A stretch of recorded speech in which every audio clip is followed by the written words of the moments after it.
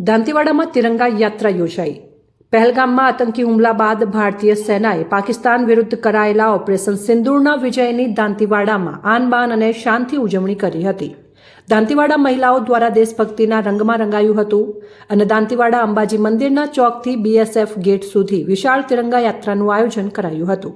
આ યાત્રામાં મોટી સંખ્યામાં દાંતીવાડાની મહિલાઓ અને બાળાઓ સ્વયંભૂ જોડાઈને દેશના જાબાજ જવાનોના શૌર્યને સલામી આપી હતી, જેમાં ઉપસ્થિત આયોજક સોનુબેન જોશી, જીવદયા પ્રેમી Vipulbhai Joshi, 21 BN BSF deputy commandant Shailendrasinh Yadav, Amritsinh, બીજા અન્ય અધિકારીઓ તથા જવાનો, દાંતીવાડાની મહિલાઓ અને સરદાર કૃષિનગર યુનિવર્સિટીની વિદ્યાર્થીનીઓ અને વિદ્યાર્થીઓ ઉપસ્થિત રહ્યા હતા।